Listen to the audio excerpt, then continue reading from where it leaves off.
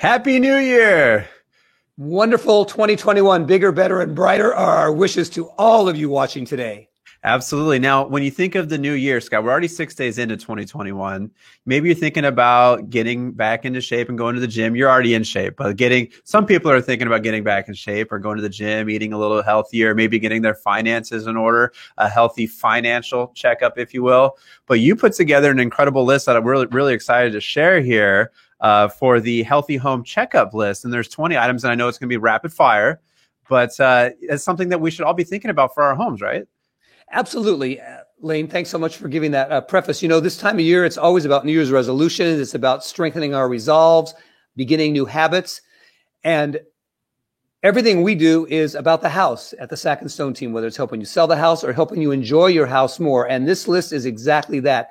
I've curated about 30 other lists that I found on the internet and in books and pamphlets and so forth over the last couple of weeks and put together the top 20 things that are universal that we feel are going to be super practical for you, super easy to check on, and going to create just a little bit more of a comfort level in the systems of your home. So that's the main thing we want to think about. Is it safe to say that over your 30 to 35 years in the real estate business, you know exactly which ones are going to be most beneficial for those that are watching? I think so. And I'm going to go ahead and highlight those as we go through the list. It's going to be fairly rapid fire, and it's all in the description here below. So you can take notes if you like, or you can refer back to the 20 points. But again, I'm super excited that we've compiled this. And I think for most of our clients here that are watching, there's going to be a couple things on here that are definitely not familiar and unexpected. And they're going to say, wow, I should check those out. There'll be a few usual suspects as well. And then the majority of them are things that you might be thinking, wow, you know what, that could make sense. Or some small but very important ones I know that are going to be coming up too. So let's get to it. Let's get to number one. Absolutely. And I want to say, preface real quick before we get on, the good news is most of these chores are very DIY friendly. Most people with a few simple tools can check these things or fix them themselves. But if you need help or with a referral for a trusted service provider, of course, we're here for you for that. So let's get rolling. And some of these are a little bit seasonal, but here we go. We want to be checking the HVAC system filters. And that is kind of, again, one of those, you're like, well, of course I should be checking that. But you know what? I did some research, and most manufacturers, believe it or not, suggest these filters be changed every 3 to 6 months. And I don't think it's a marketing ploy. They actually can get dirty. And if we think about it right now, we've had a pretty cold last month or so. We had some warm weather, but it's been cold at night, and the furnaces have been kicking up. And those filters do get dirty. And I found in my own house, we needed to change it out. And you want to get on top of that. Sometimes you have to order those from Amazon. Sometimes you can pick them up at the store. But again, right now, especially, it's all about keeping your environment clean inside the house. And that filter is the first step in making sure that the air in your home stays clean. Yeah, and do your research, because there's different levels of filtration for these filters too. So some can do just your pollens and all that, but some, if you have pets especially, they're a little bit more hospital grade filters. And so I would say any of the home inspectors we've met, they suggest if you are a dog owner or a pet owner, that you replace those every 3 months as opposed to 6 months. That's why that they do have that 3 to 6 range. So you're going to be changing yours maybe quarterly if you are a pet owner. It's not a bad idea to just put that on your schedule. And who isn't using Google Calendar or something similar to that these days? And I'm just suggesting put some of these on those reminder checklists. And it's so funny. And as we get into this, I'm guilty of this as well. We tend to not look at anything or change it until there's a problem or till it's broken. And talking about healthy home, healthy body, most of us get an annual checkup because it's all about preventative medicine these days. More and more and more. The insurance companies are on board with that. This is preventative medicine for your home. And I got to tell you, even if you're never going to move again, it's just going to be so much better and save money in the long run. Yep. And not that we need another checklist, but we put together one, Scott, of what you need to do when you change your clocks during the time change, and changing the filters was on there. So minimum twice a year, that's every 6 months. Yeah, that's another list to consider right there that we created for you as well. But let's go to number 2. Absolutely. Number 2, this is kind of a fun one. This is a very visual one, unlike the filters. This is inspect your grout and your caulking, touch up any voids and cracks in tubs, showers, and kitchen counters, etc. This keeps them not only looking nice, but it also helps to avoid seeping water damage. Now, most of us have solid surface countertops today, yes, But depending on what your backsplash looks like, there will be a thin line of grout at the base of the countertop before it hits that vertical surface going up to the backsplash, going up the wall. And then there might even be a crack or a line of grout at the top of that backsplash before it hits the wall. You'll also want to check around your bathroom sinks. Again, everyone has different types of sink setups. I went ahead and when I compiled the list, I went through my house and did note a couple of areas where the grout has just separated a bit. And that's just normal settling here in California. And any void that you have is a spot where water can seep in. And we know from selling homes that water intrusion can be like a Chinese water torture, drip, drip, drip. And then all of a sudden it's a mold problem down the line. So, yeah, and I don't know about for you, Scott, but for me, like I noticed in my home that I was seeing cracks in my grout when the tile hits the tub. Yeah. Kind of like right at the base there, or even when you're talking about for the backsplash. So those are areas, and if you have a window too in the bathroom, sometimes you see some cracking around there as well. But it's okay if you use one of those white, like rubbery style caulking, especially if your grout's white, because you won't be able to tell the difference in the styles there. Yep. And here's a little tip with regards to this is I found these little, you can get them even at the 99-cent store. They're just kind of a household cleaner with bleach in them. Comet has a foaming one. I think Clorox has one. They're $1, or even, at Home Depot, they've got their own brand for $3.50. I went ahead and I just kind of spritzed all my little grout areas with that. And not only did that kind of clean up some of the little staining that I had, that just kind of killed whatever I had. So I did that. Then I wiped it clean with a dry paper towel about 10 minutes later. And that created the nice surface for me to come in and do a little bit of a touch-up grout. If you want to take it a step further, there are little plastic tools you can buy at Home Depot that will allow you to remove the grout that you have and create a seamless spot for something new. There are DIY videos on all that stuff. It's very, very simple. Yeah, and if you ask any tile guy, as far as when it comes to like cleaning your grout, they always like to use a homemade like vinegar and water solution too. Yeah, so like those are all on the DIY sites as well. Absolutely. I keep a spray bottle with 10% vinegar, so that's a whole nother video probably. Okay, let's move on. Number 3. This is going to be one you're going to be surprised, and this is checking the kitchen vent hood filter. Most of us have some sort of a vent hood, whether it's incorporated into a microwave over the cooktop or on its own in your vent hood. You want to be checking that. It's designed to catch grease, fumes, odors, etc., and it does just that, but it's a filter, and that filter needs to be cleaned and or replaced. Not quite like a furnace filter. Very easy way to do that is just get up in there, take it out. I soak it in a solution of just dish soap and water, and then rinse it off really well and set it out to dry. But I'm going to challenge you to ask you, when was the last time you checked that? Even in the cleanest homes, it doesn't seem to be on the radar to do that. So that's very, very simple. Yeah. And you know yourself, you know your habits, you know how often you cook. So you know if you should be checking it a little bit more often than if you weren't cooking it from home as much. So, or if you're using more greases in your cooking than not. So you know yourself and you know how often you should be checking. Especially if you're one of those people that's just doing a stir fry every single night in your wok, you probably are definitely going to want to check that filter. Absolutely. Okay. Number 4 is an easy breezy one. It's also on our annual twice a year annual checklist with the time saving. That's just testing your smoke detectors and your carbon monoxide detectors. Goes without saying, it's very important, but especially this time of year, again, when heaters are on a lot and there can be malfunctions in those. Carbon monoxide is an odorless, invisible gas that's lethal. So you want to make sure, especially that your carbon monoxide detectors are up to par, and you want to make sure that you do have those installed outside your sleeping areas and between the sleeping area and any fireplace as well, or the furnace. And if there's multiple levels, one on each level as well. Yeah, and there's different kinds, ones that you can put on the wall, ones that you can plug in. Very much like the HVAC, checking your filters. This is on the same list of things to look at too twice a year when you're changing your clocks too. Maybe test the smoke and carbon monoxide detectors. Absolutely. And I'm going to just take a shout out for some of you folks that have been in your house maybe 25, 30 years or more. This is before carbon monoxide detectors were even required.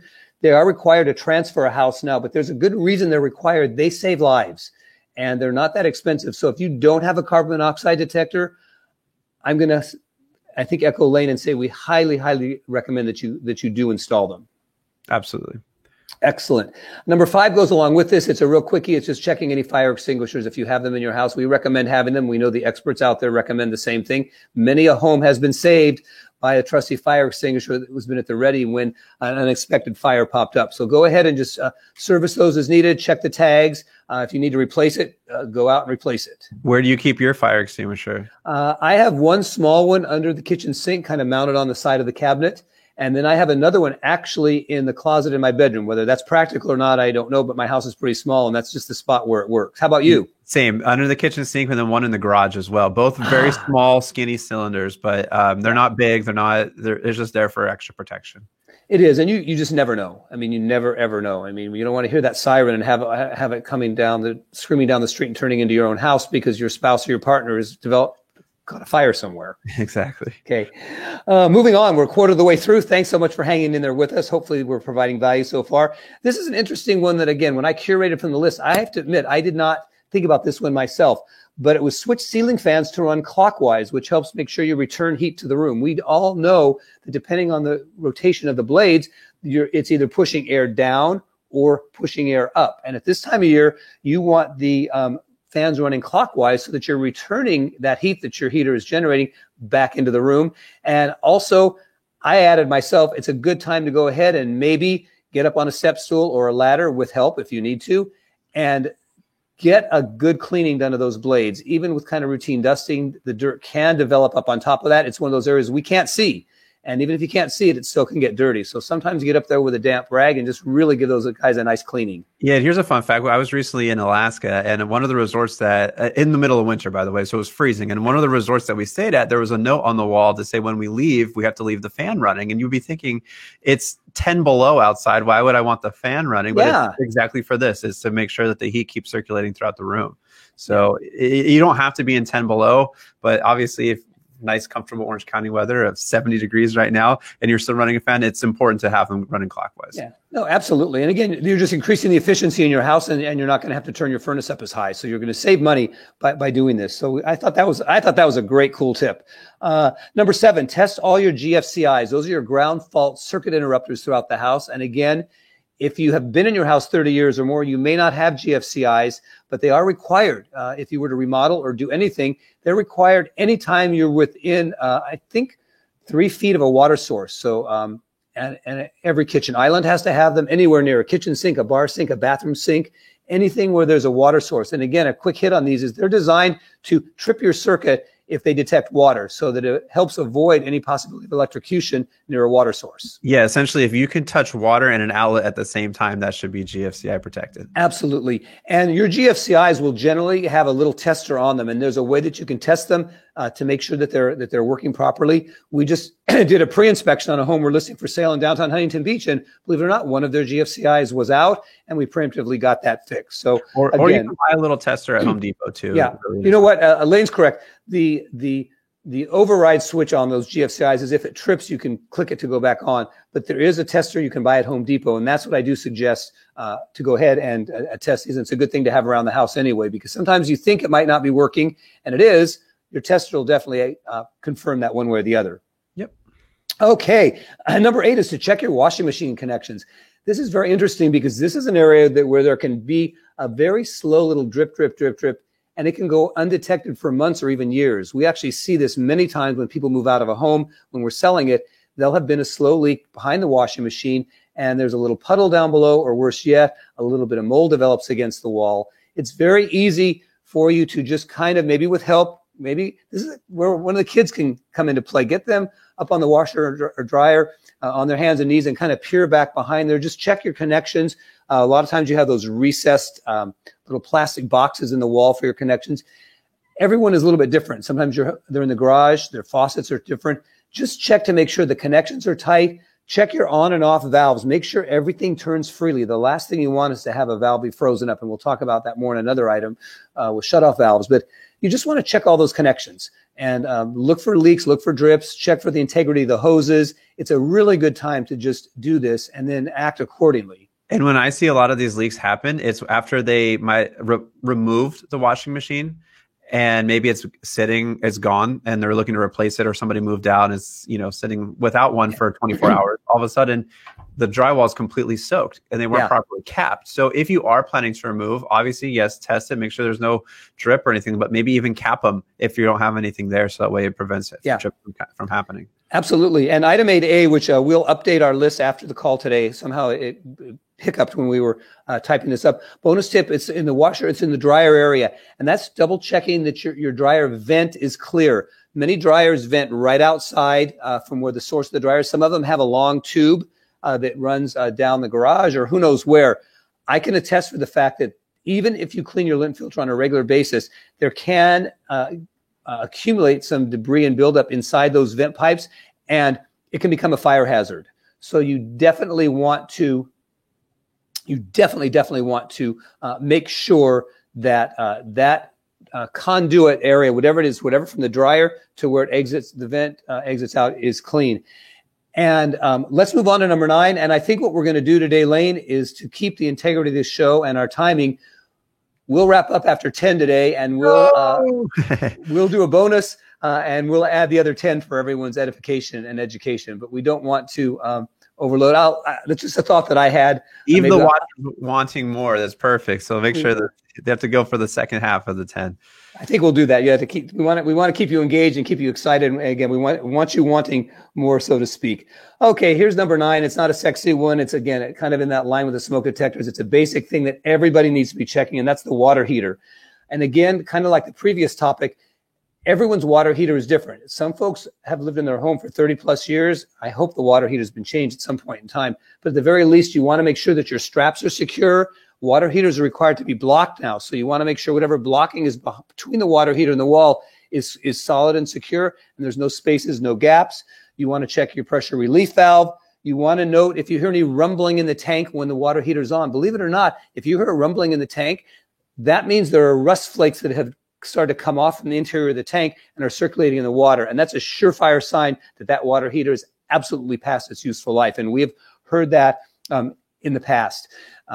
You want to make sure it's vented properly. You have a discharge line. Now the discharge line needs to go outside of the home if you're putting in a new one today as per code, even though most of the ones that you see in homes, especially as early as 5 years ago, still have the line going straight down. Absolutely. And I think the main thing to realize is, again, codes have changed so many different times. With your water heater, just like anything else, you just want to make sure the connections are secure. You don't see any visible signs of leaks or drips or any corrosion. Corrosion can be a sign that there are some pinhole leaks. And that's in any of these areas with water. I want to make a big heads up tip. Look for signs of corrosion, discoloration, any green little hard dots or spots. That's even a sign of a pinhole leak that's kind of calcified over. And you want to make sure that you get ahead of any of this kind of stuff. It's very easy to change out a fitting when you see a problem versus when you've got to call a plumber and have a remediation service come in if something just blows off, which we have seen. So again, we want to reiterate, this is all preventative maintenance, easy things now to make sure you don't have a giant disaster later. We want you healthy, just like your body. After when you start the new year, you got to get everything into shape, whether it's your finances, your health, or your home. We're the quote unquote home experts, so we're helping you with the home health. Right on. And I know as we hit to number 10 on that same note, like I love my Costco fruit cake every year. I so look forward to having that, and it's so darn rich and everything. And I just can't give up that and throw it away. So I will admit, I parceled that up into 4 different portions that were left, put them in tin foil, dated them, and put them in the freezer. So I will pull those out and parcel myself out a little unhealthiness as the year goes on. But overall, again, it's out with the old, in with the new. We want to be healthy. As we wrap up today's show, I believe number 10 is probably the most overlooked area and possibly devastatingly costly to your home area, and that's your shutoff valves. And what is a shutoff valve? A shutoff valve is that little valve, often shaped kind of like a little ellipse almost, that you'll see at the bottom of your toilet.